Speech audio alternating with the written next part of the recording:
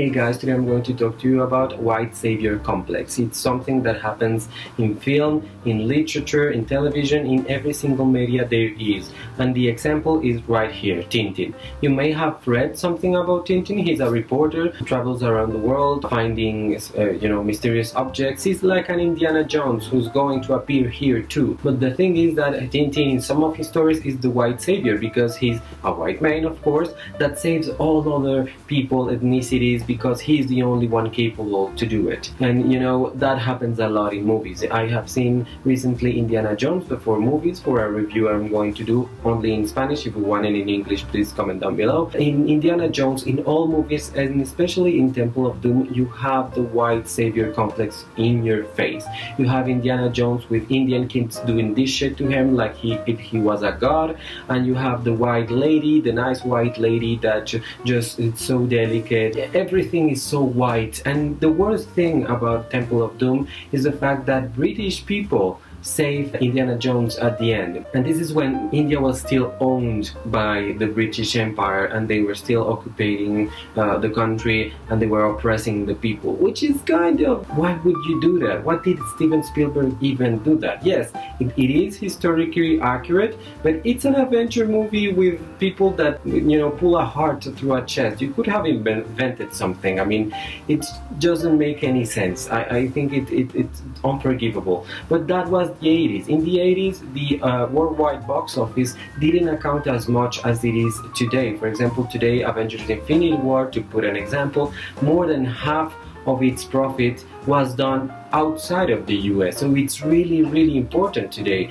And you have huge markets like China, like Japan, like South Africa, like United Kingdom, like Mexico, like many countries that really have a lot of money for the film industry. And of course you want to feel reflected. That's the exchange. You pay, but you want to see yourself somewhere in the movie, especially in the protagonist's seat. But sadly that hasn't been the case. That wasn't the case in the 80s or 90s, and it's kind of the case right now. They're trying to do more films focused on black people, on Latino people, on Asian people, and that's great. That's really great. Movies like Black Panther and Crazy Rich Asians have done a lot for representation in movies, and that's good. But more has to be done to represent women, to represent LGBT people, for example. That is still a thing that hasn't been done, and it has to be done because we are here. We are all here. We all share this world, and it hasn't happened in the last 10 years. It has been like this forever. So we should be able to portray everyone in the same light. Of course, there are different kinds of white saviors. Mostly they are from the United States, people that are from the United States, of course white, of course, especially rich people from the United States, tall, blonde and gorgeous.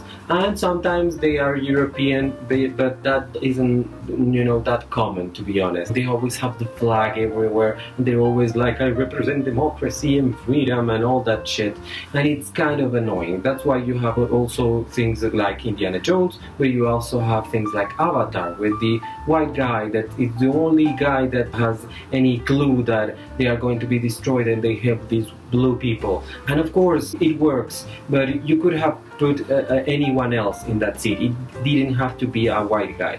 And of course you have the nice white lady that appears in every single movie in the 90s and 80s. There's always a nice white lady. Prime white lady, Sandra Bullock in The Blind Side. She won an Oscar for that fucking performance, and it's the performance that many other actresses have done, saving a black dude in that movie in order to become an FLL or whatever the fuck player in that movie. And of course it's all because of her. And yes, I know that that actually happened. That woman is actually a real person. But couldn't you do some other movie about other people that are doing other things in other places? I think it's a problem when most movies are representing exactly the same places and exactly the same people.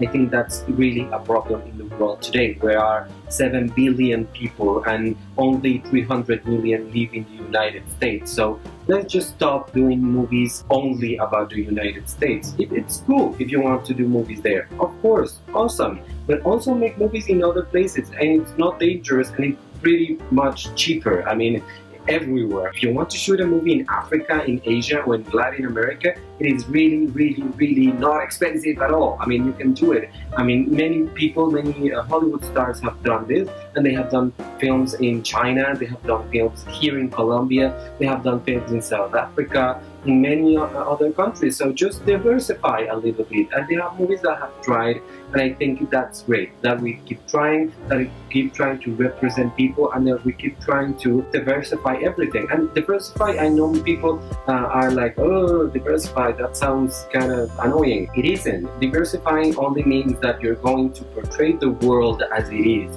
And the world as it is has Latino people, Asian people, Inuit people, African American people, every single kind of people you see on the street every day. So why does that offend anyone? So my proposal for people that are writing, that are trying to learn how to write novels or to screenwrite, for example, I did those courses, I did those master's degrees, I have those master's degrees actually. Just portray the world as it is and the world that you have on yourself.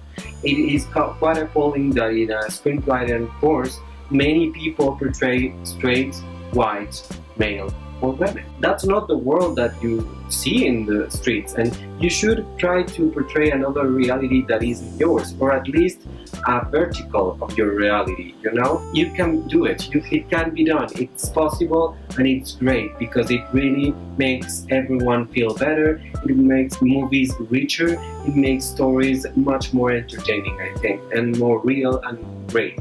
So thank you so much for watching this video. Please comment down below what you thought about this subject, and of course if you want to see that Indiana Jones review in English, because I'm going to do it in Spanish. Please like this video, of course, share this video on your social media, and of course subscribe to my channel, please. Thank you so much. Goodbye.